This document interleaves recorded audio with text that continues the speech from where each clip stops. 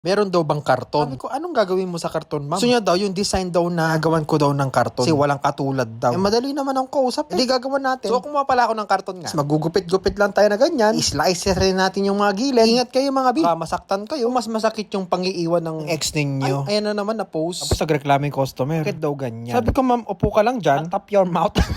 Walang ganon. Ano nakita niya yan, Bi? Parang naman daw box siya. Sabi ko, wait lang. Tigil agad. Ito nga tapos, di ba, Bi? Ay, nako. Ay na nga, Bi, papakatibay-dibay lang natin gamit yung scotch tape. Kuha ulit tayo ng karton. Sabi niya, sana bumili na lang daw siya ng box. Bili ka na lang ng box, ma'am. Ano itutuloy ito? Tanong ko magkano. Sabi ko, 50. Ay, i-go ko na daw yan. Ay, sinasabi ko eh. Okay na nga to, matipid. Di ba, customize pa. Tapos, hinihiwa ko yung gitna. Tumahimik siya. Tapos, alam mo yun, Bi, kaya hindi ako makangiti-ngiti. Si Bi, pinapanood niya akong gumawa. Tapos, nasashy ako. O yan, ganyan yung magiging design niya. Tapos, kukuha na tayo ng sponge at tatakpan natin yan. Plastic na katulad ng friend mo. Ay, sorry, may ads. Kasi nga, bababad natin sa tubig yung sponge. So, pa nagkatas siya, nako, dudunot yung karton na ginawa natin. So, ididikit